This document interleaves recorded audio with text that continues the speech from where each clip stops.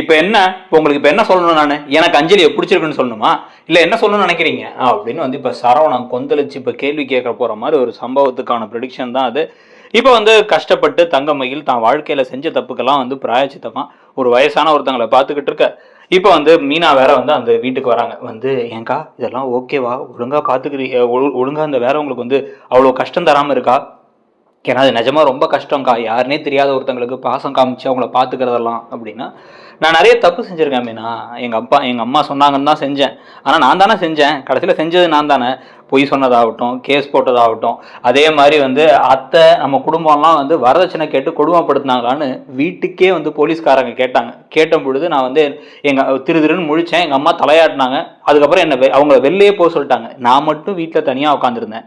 அப்போ என்கிட்ட கேள்வி கேட்டபோது நான் என்ன பண்ணுறதுன்னு தெரியாமல் ஆமாம் அப்படின்னு நான் சொல்லிட்டேன்.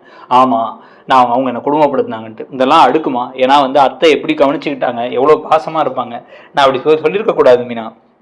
அதுக்கெல்லாம் சேர்த்து வச்சு அந்த பாவத்தெல்லாம் கழுவுற மாதிரி நான் இப்போ வந்து இவங்களை வந்து நல்லா பார்த்துக்கிட்டா போதும்னு நான் முடிவு பண்ணிட்டேன். அவங்க ஏன் வாழ்கிறோன்னே தெரியாமல் இதுக்கப்புறம் என் வாழ்க்கையே போயிடுச்சு, நான் நடக்க முடியல நிற்க முடியலன்னு ரொம்ப வருத்தப்படுறாங்க.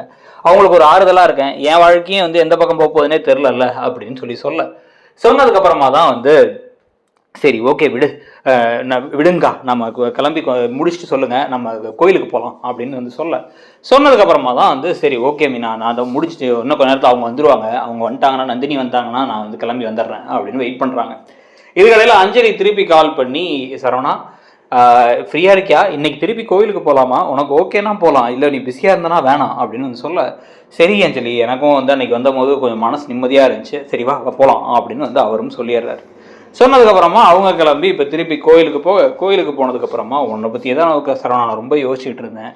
என் வாழ்க்கை மோசமாக போனாலும் உன் வாழ்க்கை நல்லா இருக்கும்னு நினச்சேன், நம்ம 2 பேர் வாழ்க்கை இப்படி ஆயிடுச்சே அப்படின்னு வந்து பேசிக்கிட்டு இருக்க அதே சமயத்தை தான் வந்து பார்த்தீங்கன்னா தங்கமயிலும் மீனாவும் அவங்களும் கோயிலுக்குள்ளே வராங்க. கோயிலுக்குள்ளே வர கரெக்டாக தங்கமயிலுக்கு அப்போ அவங்க அம்மா கால் பண்ணுறாங்க.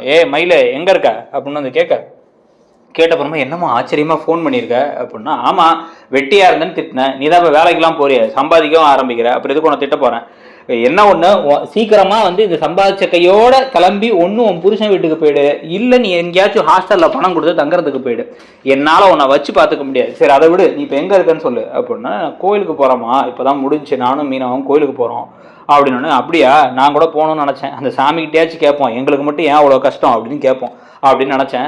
அந்த பக்கம் என்ன அப்படின்னா வந்து அந்த ராஜியும் கதிரையும் பார்த்தேன் நான் இன்றைக்கி கடைக்கு போகும்பொழுது, அதுங்கெல்லாம் அப்படியே ஒட்டிக்கிட்டும் வரசிக்கிட்டு நடந்து போயிட்டு வந்துக்கிட்டு இருக்குங்க. ஏதோ பெருசாக காசு கொடுத்தா அவன் ஏதோ வந்து ஒரு பெரிய சென்டரில் சேர்த்து விட்டுருக்கான் நான் கதிர், எல்லாம் பக்கத்துலாம் சொல்லிட்டு இருந்தாங்க அந்த பொண்ணை காமிச்சு. அதான் இப்போ எல்லா வாழ்க்கையும் நல்லா இருக்குது, உன் வாழ்க்கை மட்டும் தான் இப்படி ஆயிடுச்சு, எல்லாத்துக்கும் காரணம் நீ தான் அப்படின்னு வந்து பேச, அம்மா தயவு செஞ்சு என்னை விட்டுருமா, எனக்கு உன்ட்ட எதிர்த்து பேசலாம் எனக்கு தெம்பு இல்லை அப்புறம் சரி ஓகே எந்த கோயில்னு சொல்லி நான் வரேன் அப்படின்னு இவங்களும் கிளம்பி போகிறாங்க.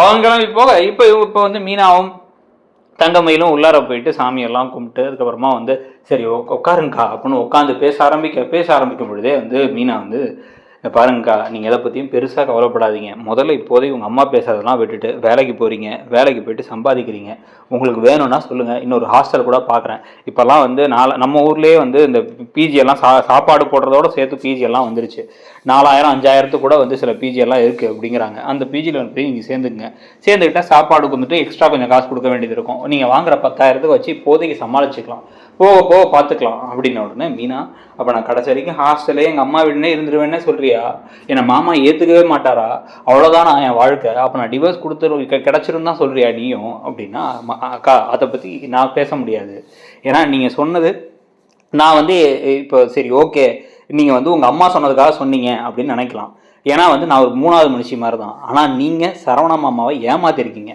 அவங்க கிட்ட யார் சொன்னாலும் என்ன பண்ணாலும் ஒரு புருஷ பொண்டாட்டி கடையில் கிட்டத்தட்ட ஒன்றா வாழும் பொழுது எல்லாமே நீங்கள் பொய்யா சொன்னீங்கன்னா அவர் எப்படி உங்களை நம்புவார், அவருக்கு அந்த யோசனைகள்லாம் வரதானே செய்யும். அதனால வந்து அவர் மனசு மாறுறதுங்கிறது எனக்கு தெரியாத ஒன்று, ஒருவேளை காலத்தால் வந்து மாறிடுச்சு, டைம் எல்லாத்துக்கும் பதில் சொல்லுங்கிற மாதிரி மாறிடுச்சுன்னா ஓகே, இல்லைனா நீங்கள் எல்லாத்தையும் ஏற்றுக்கதான்க்கா செய்யணும் அப்படின்னு வந்து பேசிக்கிட்டு இருக்க. சரி ஓகே மீனா என் வாழ்க்கை அவ்வளோதான் அப்படின்னு அவங்க யோசிச்சுட்டு இருக்கும் பொழுது இப்படி திரும்பி சைடில் பார்த்தா சைடில் வந்து இப்படி சரவணா இருக்க மாதிரி தெரியுது.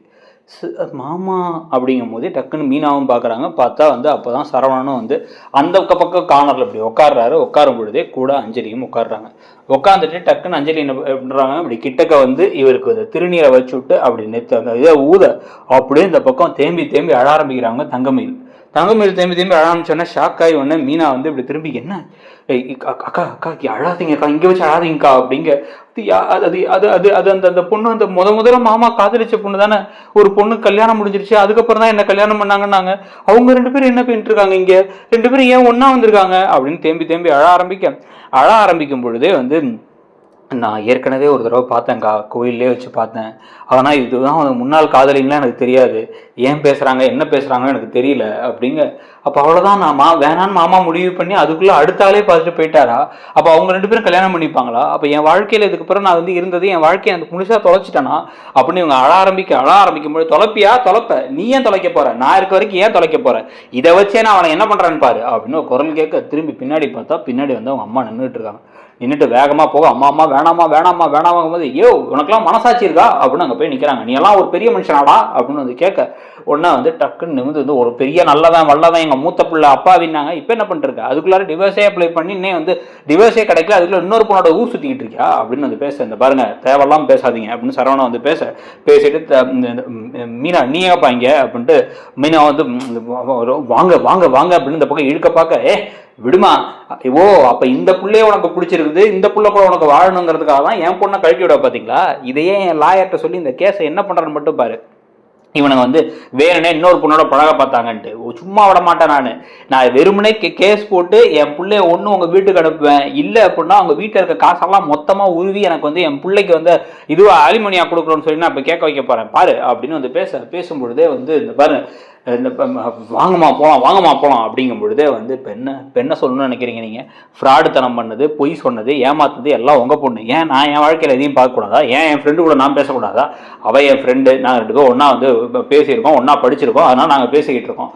அது வந்து இதெல்லாம் முன்னாடி பண்ணலையே, இப்போ என் பொண்ணை வீட்டை விட்டு துரத்திட்டுல பண்ணுற அப்படின்னா அவன் மனசில் என்ன, என் பொண்ணை துரத்தி விட்டு இந்த பொண்ணோட சேர்ந்து வரலான்னு பார்த்தியா, ஏமா இன்னொருத்தி குடியே கெடுக்கிறியா, உனக்குலாம் வெக்கமா இல்லை அப்படின்னு கழுத்து தாலியை கூட காணா, பின்ன நீ கல்யாணம் கூட முடிக்கலையா அப்படின்னு வந்து கேட்க ஆரம்பிக்கும் பொழுது இந்த பாருங்க பொண்ணு டக்குனு ஒரு மாதிரி ஷாக் ஆயிடுறாங்க. அந்த பக்கம் அஞ்சலியும் உடனே இந்த பாருங்க, இந்த மாதிரி தேவையெல்லாம் பேசலாம் வச்சுக்காதீங்க, உங்க பொண்ணு ரொம்ப வந்து நல்லவா வல்லவளா இருந்தா பரவாயில்ல, உங்க பொண்ணுக்கு வந்து ஏதோ வந்து நான் வந்து சண்டை போட்டு மியூச்சுவல் கன்சென்ட்ல பிரிஞ்சோம் அப்படின்லாம் கிடையாது. இப்போதைக்கு இருக்கிறது எல்லாமே வந்து உங்க பொண்ணு ஃப்ராடுத்தனம் பண்ணி என்னை ஏமாத்திருக்கான், அந்த வாழ்க்கையே நான் ஒரு ஏமாத்தின வாழ்க்கை, அது வாழ்க்கையே கிடையாது.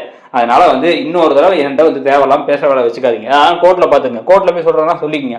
இப்போ என்ன சொல்லணும்னு நினைக்கிறீங்க, ஆமாம் எனக்கு அஞ்சலி பிடிச்சிருக்கு, நான் அஞ்சலியை கல்யாணம் பண்ணிக்க போகிறேன்னு சொல்லணும்னு நினைக்கிறீங்களா அப்படிங்கும்போது அஞ்சலி ஷாக் ஆகி பார்க்க, இந்த பக்கம் தங்கமயில ஷாக் ஆகி பார்க்கும் பொழுதே வந்து அப்படியெல்லாம் இப்போதைக்கு எதுவும் கிடையாது, அவள் என் ஃப்ரெண்டு அவ்வளோதான், புரியுதா அப்படின்ட்டு வந்து இந்த பாரு, நீ என் வாழ்க்கையை ஒட்டிக்கலான்னு எத்தனை தடவை வந்தாலும் சரி, நான் வாழ்க்கை ஃபுல்லாக தனிமரமாக இருப்பேனே ஒழிய உன் கூட வாழ மாட்டேன் அப்படின்னு சொல்லிட்டு இப்போ சரவணன் வாஞ்சலிக்கு போகலாம் அப்படின்னு கிளம்ப இப்போ திருன்னு ஷாக் ஆகி முடிச்சுக்கிட்டு இருக்க. இதையே யூஸ் பண்ணி கேஸை வந்து திசை திருப்பி தங்கமயிலுக்கும் சரவணனுக்கும் டிவோர்ஸ் கிடைக்காம பண்ணுவாங்களா, தங்கமயில் இப்போ அப்படியே ரொம்ப பாவப்படுற மாதிரி விஷயங்கள்லாம் காமிக்கிறத பார்த்து உங்களுக்கு பாவமாக இருந்தால் அவங்க திருப்பி சேரணும்னு நினைக்கிறீங்களா, இல்லை அஞ்சலி தான் சரவணனுக்கு ஜோடின்னு நினைக்கிறீங்களாங்கிறதையும் சொல்லிட்டு அப்படியே வந்து பார்த்தீங்க அப்படின்னா ஐயனார் துணையிலேருந்து மற்ற சீரியலுக்கான ப்ரெடிஷன்ஸையும் பார்த்து நம்ம சேனலையும் சப்ஸ்கிரைப் பண்ணிவிடுங்க. தேங்க்யூ.